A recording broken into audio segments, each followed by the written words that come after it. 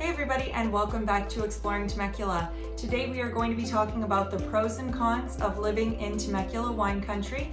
If you aren't familiar with our videos, we do about 2 videos per week all about Temecula. So the wineries, the housing market, local events, all of that good stuff.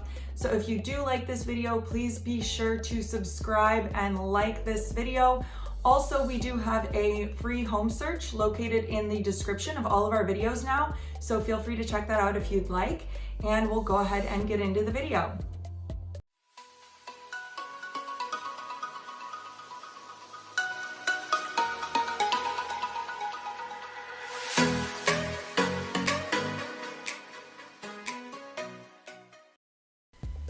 Okay guys, so before we get started, I just wanted to show you basically exactly where Wine Country is in relation to the rest of Temecula.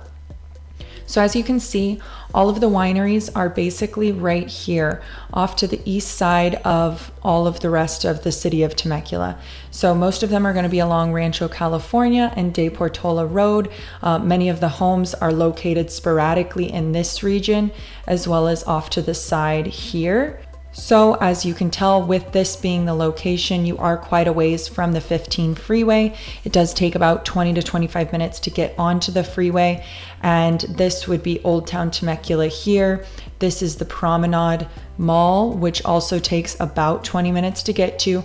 So you are off in this beautiful wine country, but getting to a lot of the other conveniences that Temecula has to offer does take quite a little bit of time. So that's something to consider when making your decision. The next thing I'd like to talk about is bars and restaurants. There are a couple of restaurants that are located within Wine Country.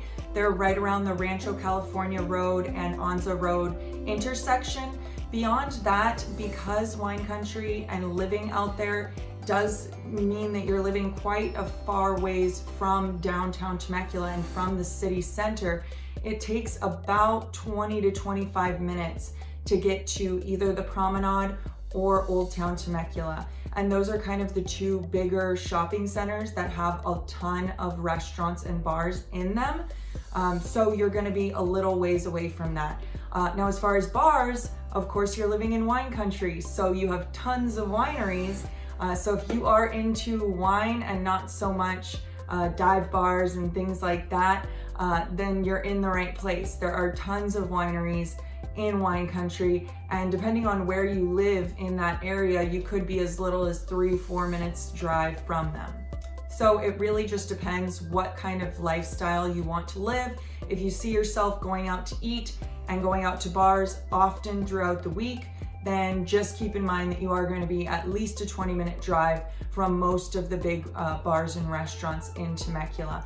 Next, I'd like to talk about home prices. So majority of the homes that are located in Wine Country vary greatly because they are all, or most, custom built homes, and they're all built at different times, so they vary greatly in the style as well. You can find manufactured homes, you can find huge mansion type homes. So there's a lot of diversity in the homes that are out there. The average home in Wine Country sells for about 1.1 million, but you can find manufactured homes and really small homes for as little as 370,000. So like I said, varies greatly, but they're beautiful, beautiful homes for the most part, and majority of them do have an awesome view because Wine Country has so many rolling hills that majority of the homes have some sort of view of either a vineyard or just of the valley itself. Okay, so let's talk about grocery stores. Obviously, this is important to a lot of people because we normally end up going to the grocery store at least once a week. So just outside of Wine Country is a supermarket called Barron's Market. That's going to be your absolute closest option. That's about 7 to 10 minutes depending on where you live. There are other large grocery stores and a shopping center, and that has Stater Brothers, Albertsons, it has a Walmart, it has a lot of other options for you and bigger name stores, which really isn't too far away. It's about 10 to 15 minutes away. So those are going to be your closest options. Now for those of you with school-aged children, of course this is something that is very important and definitely something you want to think about when you're choosing a place to live. As far as Temecula Unified School District goes, really all of the schools in this school district are really highly rated. This is one of the best school districts in the state. So anywhere you live in Temecula, you're kind of going to be covered with schools.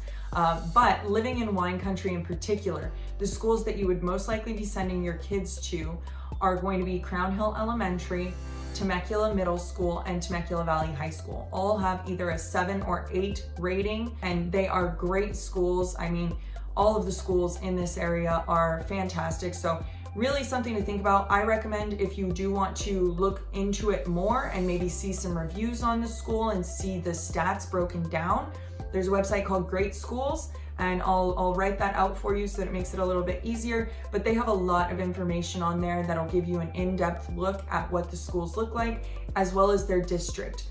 But like I said, most of the schools all in Temecula are going to have very high ratings, so that'll just give you a little bit more in-depth information into it. Well guys, that was our pros and cons of living in Temecula Wine Country. I hope that you found this useful, and if you are considering moving to Temecula or the wine country area of Temecula, please feel free to reach out. If I didn't answer any of your questions in this video, or if you'd just like to know more, reach out anytime. I'd be more than happy to help you out with whatever you need. And please remember to like and subscribe if you enjoyed this video, and make sure you follow us for more information all about Temecula and this awesome city. Thank you so much for watching, and we'll see you next time on Exploring Temecula.